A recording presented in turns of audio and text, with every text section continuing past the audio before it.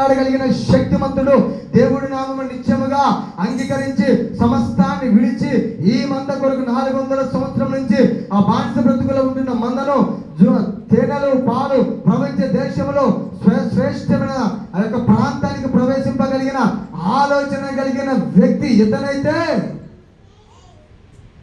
ఏమంటుందంటావా? దేవుడి మాట వీడి మాట దేవుడు వింటాడా? వాడికి నేనే చెప్పాను. దేవుడు స్తోత్రం, హల్లెలూయా.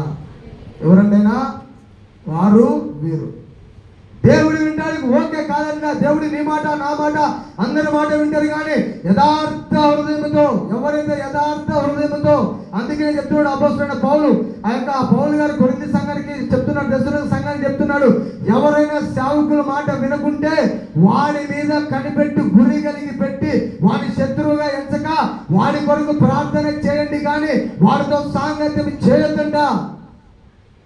చేస్తామలా? ఒక బ్రదర్ నన్ను పిలిచాడు. ఎంత గొప్ప భారం అంటే 360 రోజులు వినడమ్మా, 360 రోజులు నడిపించి మొన్న డిఎస్సి ఎగ్జామ్లో బ్రదర్కి చక్కగా ఏమొచ్చింది? ఉద్యోగం వచ్చింది. అందరూ వినాలి. ఉద్యోగం వచ్చింది. ఉద్యోగం వచ్చిన తర్వాత